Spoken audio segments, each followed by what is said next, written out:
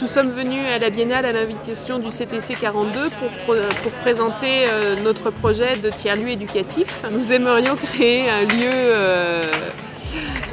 pour permettre les apprentissages de tout le monde de façon alternative, donc tiers, d'où l'appellation de tiers-lieu éducatif.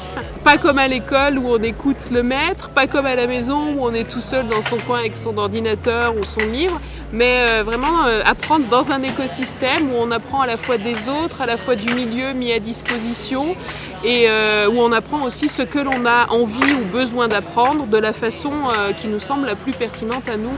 Feeling the sunshine once again. Le projet que je porte est celui de l'hôtellerie de Pont-Tempéra qui amorce sa transition vers un écolieu ou un éco-tiers-lieu.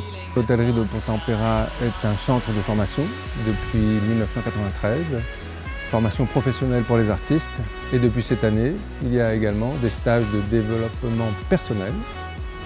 Et le projet en préfiguration, c'est un projet à 8 pôles d'activité. Donc bien sûr, il y aura toujours la formation pour les artistes au sein d'un pôle art et culture, mais nous souhaitons faire du spectacle. Comme il y a 3 grandes salles, nous voudrions faire un cabaret-cirque par exemple, donc ne pas faire seulement de la formation.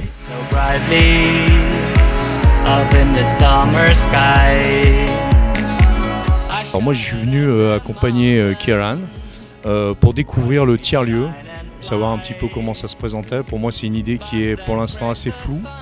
Je suis venu découvrir les différents ateliers, les différentes présentations pour essayer de comprendre un petit peu. Je suis plus ou moins en immersion pour l'instant et j'essaie de soutenir Kieran dans cette démarche pour qu'un tiers-lieu puisse apparaître à Montbrison.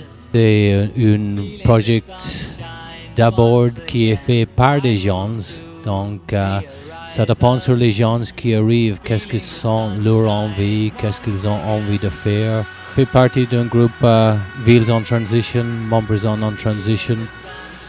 Comme je suis dit, je suis travailleur indépendant et j'ai entendu parler de la coworking.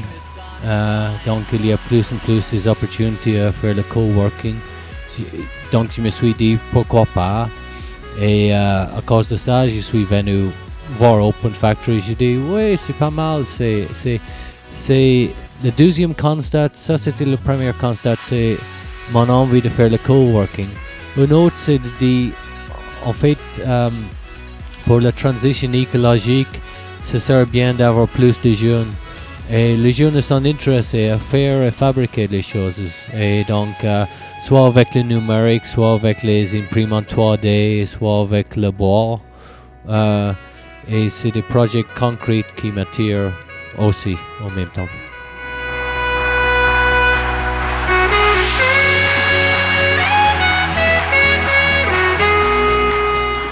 Ce qu'on a essayé de questionner, en fait, c'est le rapport à l'énergie sur ces villes et territoires.